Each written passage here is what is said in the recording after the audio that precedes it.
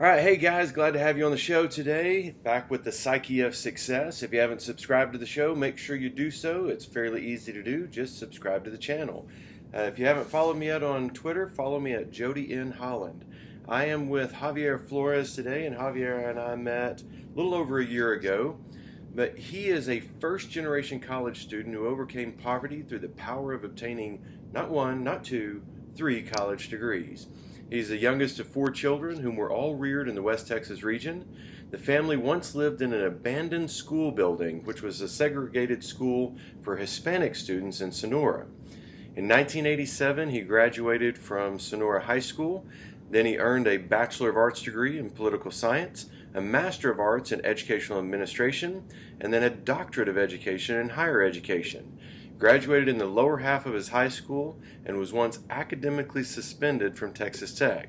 He now serves as the Vice President for Student Affairs and Enrollment at Angelo State University, and he is an amazing guy at creating a student-first environment. I've seen firsthand some of the things that he's done at ASU, and it is awesome.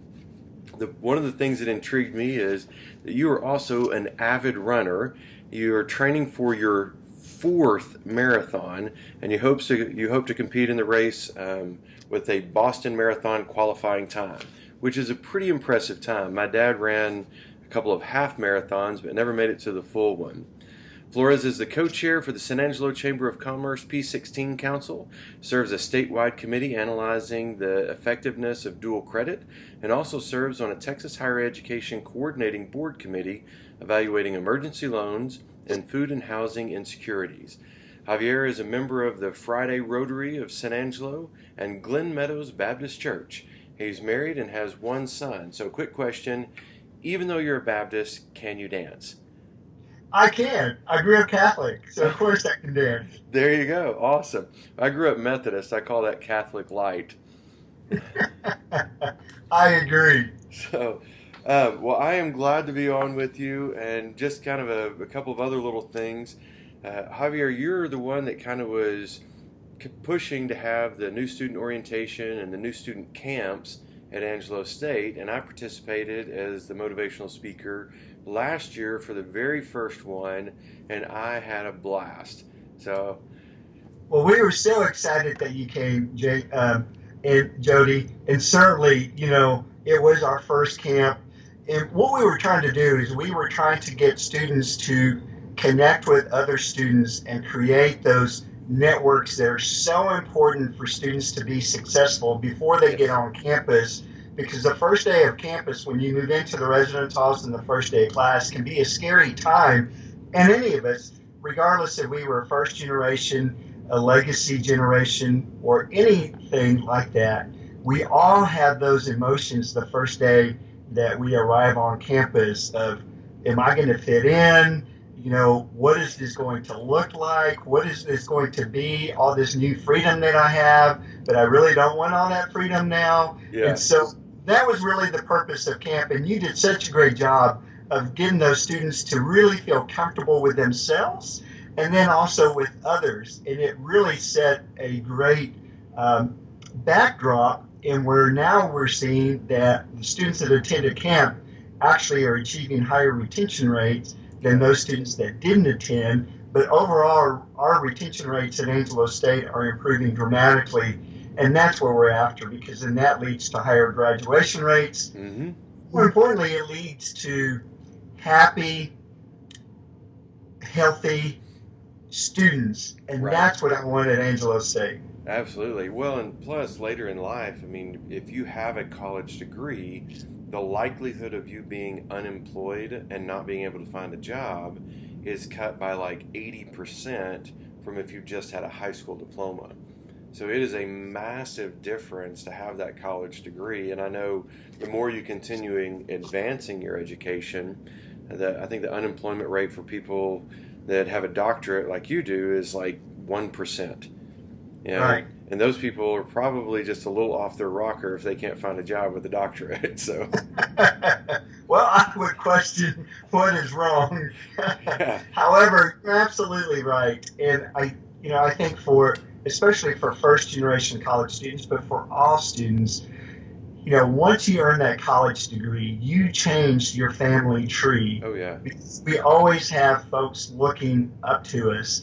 And I Hmm. tell students all the time that, my role is to reach back to generations that are following me and put my hand out so that they can hold my hand and I can guide them Yeah. forward. But then when they get to the point where I'm at, they need to reach back as well, and help others coming through. So it's all about giving back. Absolutely. Yeah, I mean, you're creating a legacy in doing that.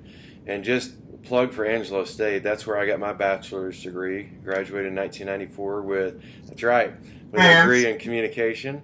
Absolutely loved going to school there. It was such an amazing experience. So many things on campus, even in the 1990s, they were just a blast. And my wife and I both graduated from there. Really haven't had any trouble with employment since then, so that's a good thing. And then I'm back in a master's program in applied psychology, which is an online program at ASU. So for any of you watching that are going, gosh, I don't know if I have time, or I don't know if I can, you really need to check out Angelo State and look at their master's programs, look at their online stuff. It's been phenomenal because I've got people in class that are in Houston and San Antonio and Austin and Lubbock. We even got one in the applications of IO psychology that I'm in that's in another country that's getting their master's. So it's really awesome, and the teachers are phenomenal. I mean, really, really phenomenal. So they are good. all right, so I'm going to start into the interview questions here. So my first question I have for you is, when you think about success, how is it that you define success? So for me, success is when I set a goal and I'm able to achieve that goal. And not only achieve the goal, but then I also reflect back on the achievement and make sure that I didn't leave anyone behind and that no one was injured or negatively impacted by achieving that goal. Because to achieve the goal for myself really doesn't do it any good. The goal needs to benefit the Right, great community and everyone else that I work with. And I say work with, but even in my personal life, anyone that I touch, right. uh, and we have to have goals. Do we want a new church building at church? Well, that's a goal. Yeah, So, how are we going to do that to achieve that? Or a personal goal, I want to qualify for Boston. yeah, So that's great. But if I forget about my work and forget about my family, then that goal is really not worth achieving. So, I have to balance everything out. So I think it's balancing the different components of my life and hmm, achieving the goal that is set before me. yeah. And I would say I heard another CEO describe it very similar when he said, anytime you've got something here that you want to accomplish, and here's your timeline to get there, if you hit those two things, oh my gosh, you've got an amazing life. He then went on to say though, I've never missed a goal in my life, ever. He said, I have changed that timeline quite a few times, but I've never missed the goal. Exactly. Well, qualifying for Boston has been a dream of mine since I ran my first marathon in 2007. But here we are, many years later, almost 10 years later. Well, I guess it was 10 years in Yeah, April. And so now I'm going, okay, so maybe now's the time to go ahead. And I may move that timeline a few more years. yeah. Well, I think you'll get it. Knowing you and knowing just how driven you seem to be, just reading through your bio there, I have no doubt that you'll achieve the goal that you set for yourself. So there are times though that you start to struggle, that you kind of have those, God, how am I going to make it through this? How am I going to push beyond this? When you hit those times, those tough times or the worst times, what is it that you do to push through them? So, we all have life crucibles. And sometimes we have more than one life crucible. So being academically suspended with a life crucible, living in an abandoned schoolhouse, and living in poverty where you open the refrigerator and it's empty or the electricity gets turned off or things like that. those are situations where you either look at life as a creator or you look at life as a victim.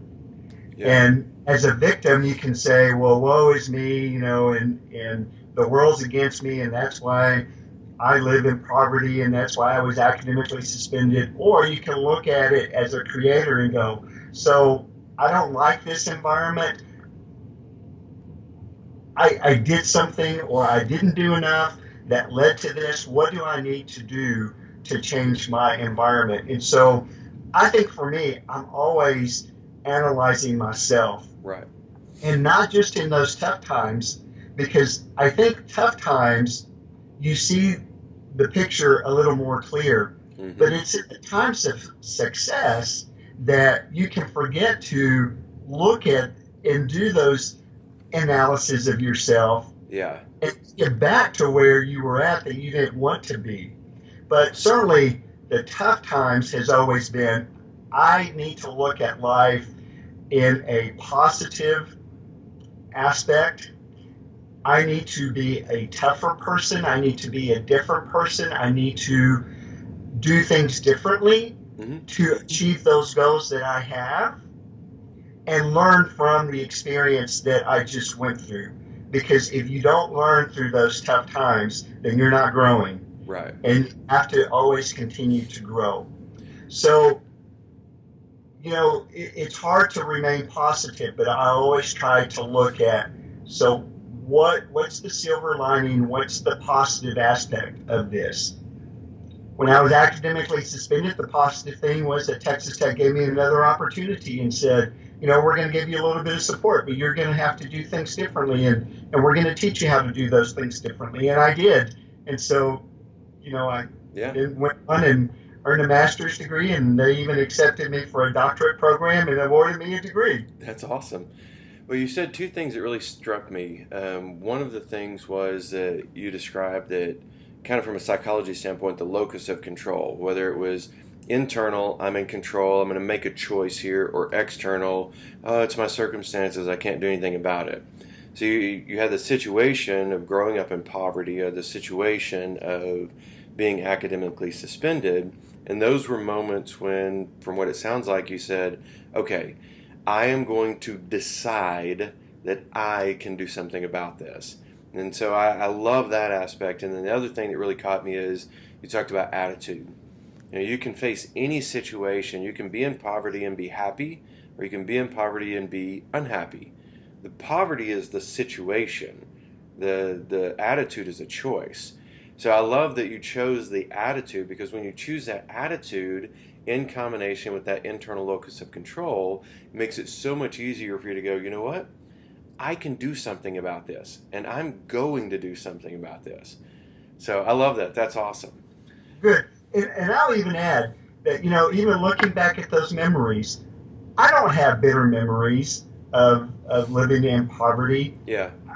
I celebrate the fact that I did live in poverty, and I learned so much from that. And that my parents, always were, you've got to work hard. Whatever you do, you have to work hard, and always accept your weaknesses and your errors, and move forward on those, and don't blame anyone else. And those are characteristics that I honed when I was growing up, but they will remain true until the day that I take my last breath, I think. Yeah, no, I would totally agree. That's awesome. Next question I've got for you is, when you think about the things that stress you out, what is it that keeps you awake at night, or what problems just kind of go, I've got to figure this one out? Well, they're work related, and it's that we're not reaching the students that are very similar to me and my circumstances. So, living and food insecurities are still a very real reality in university settings and college settings. Yeah. First-gen students that qualify for full Pell, or maybe they don't qualify for financial aid at all, but their parents really can help them. And so they're working one or two jobs. And this month, the car broke down, and so they have to spend that money, and they don't have money to eat. or they're bouncing from one sofa to another because they don't really have rent money for their senior year. And I mean, those are things that I lived my senior year at Texas Tech. And so I stay up at night thinking, how are we helping? How are we reaching? Because the first part is informing people. And I'm always like, how are we informing people, our students, that we have this, we care about you, and we want to be able to help you. So go somewhere. The last thing I want you to do is to not say anything to anyone and just choose to drop out of school or choose to just give up. Don't do that. Let us help you. And then, I just think, am I supporting my staff enough? Am I doing enough? And same thing with my family. Am I balancing my career and my family life together? And my son just got married last weekend, and so even thinking about, I hope I taught him everything he needed to know to be a good husband and things like that. So it's so many things that keep me awake. And I think that's the reason why I wake up at 4:30, 5 o'clock in the morning and go for a run, so that I can process everything, so that when I am at work, I am focused and I am ready to serve others, and I am not filled with all of my concerns in my head, in my emotion. Yeah, no, that makes total sense. I mean, it's, number one, you do have to have that way that you process, and exercise is a great way to do that because it releases all the right chemicals in your brain so that you can go, okay, I got this. But I definitely know what you mean about worrying about your kids. Like, did I teach them everything that I'm supposed to? Because I think that's been the thing that probably stressed me more than anything else is, have I done it? Have I gotten everything right? And I think the honest truth is there's no way we can teach them everything they need to know.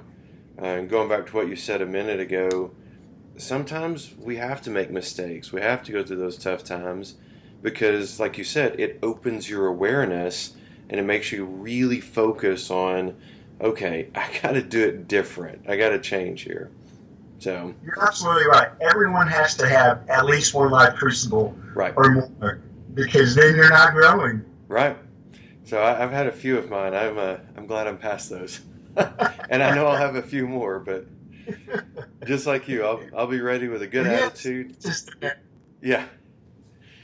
So, okay, so I know that you had to have put a lot of really cool things in place in your life in order to get through those life crucibles and to move into the position that you're in, and then also to really expand the reach of Angelo State, like you're talking about, and creating that awareness in other areas. What are some of the habits that you have of success that really position you to accomplish what you want to accomplish?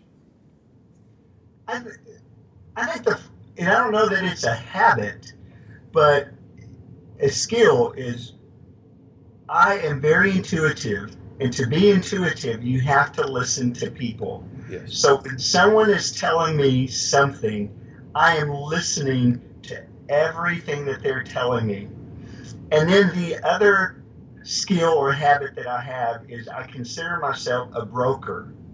So I'm always thinking, okay, so this person said they need this, and this person said they need this, and there's some commonalities in those. I need to bring them together and then let them go forward and work through that. But I've brokered a relationship so they can be successful. And so even, across the university, even in my own division, in the Student Affairs and Enrollment Management division, I feel like I'm always brokering relationships because I have one-on-ones once a month with my direct reports. And then I have staff meeting with the executive direct reports in my division or in the Division of Student Affairs and Enrollment Management. And then I have a staff meeting with all the directors in Student Affairs and Enrollment Management. And so that's, I think, again, a habit is that I've set up strategic meetings. Here's a one-on-one, then it's a smaller group, and then it's a bigger group. And then the other is, okay, so the last week of the month, we just focus on whatever we need to focus. And then I have weekly briefings that I receive from them. So in their own words, they tell me what was going on this past week. What did we achieve? What did we fail to achieve? What was good? What was bad? And so again, it's listening to all those things and then myself going, how can I support that? And strategically, what do I need to be doing? Am I providing a vision of where we are wanting to go and where we want to be? And so I think that's probably one of my biggest habits is that I'm always thinking strategic. And then I'm always looking at environments. You know, I love to visit other campuses. I serve on accrediting committees with the Southern Association of Colleges and Universities Schools on Commission on Schools, SACS. And so I go and visit those. And so I've analyzed those schools to see if they're in compliance with the accreditation process. But more than anything, I look to see what components do they have that I would love for us to have, and then how can I come back and have this vision? That's awesome. That's awesome. Well, communication is a habit. And when you design the meetings that way, you were designing a communication strategy to make sure you kept them motivated, you kept them informed, and you kept them moving forward. So I think it's awesome. Great habit. Last question I've got for you is, what is the best lesson that you've learned related to success that you could share with people who watch the show? So what is it that if you could just pass on one nugget of do this and it will really help? Never think that you achieve success on your own. There have been many people around you, past and present, that help you with success. And so you need to be aware of that and make sure that they share in your success and that they know that part of the reason you've been successful is because of their hard work. Yeah.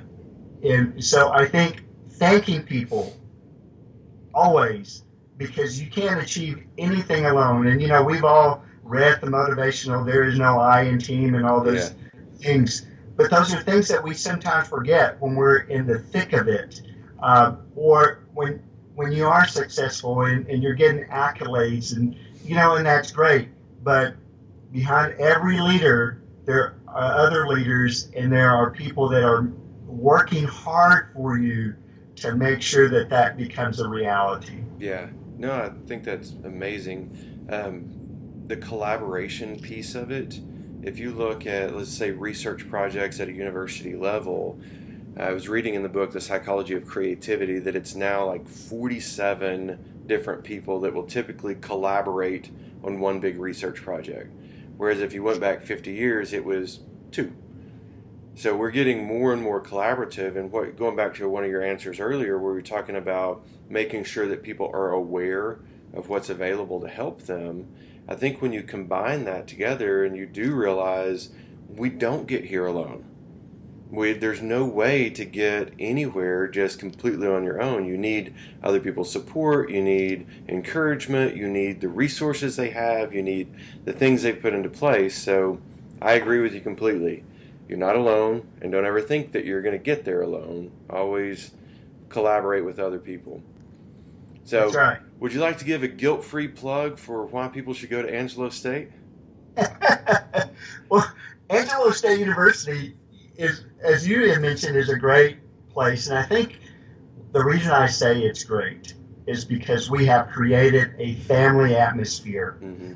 And that really is not just something that I'm saying. We use the term RAMFAM frequently here at Angelo State, and I tell parents and students, RAMFAM is not a slogan, it's actually a culture. Mm-hmm. And very much like the word aloha in Hawaii, and I've never been to Hawaii, but I've researched the word aloha, and aloha by the natives is more than just a greeting or a salutation. It's really more a term that I love you, it's an enduring term. Yeah. And so for us, the RAMFAM term is an enduring term that says, we are going to help you achieve your goals and your dreams.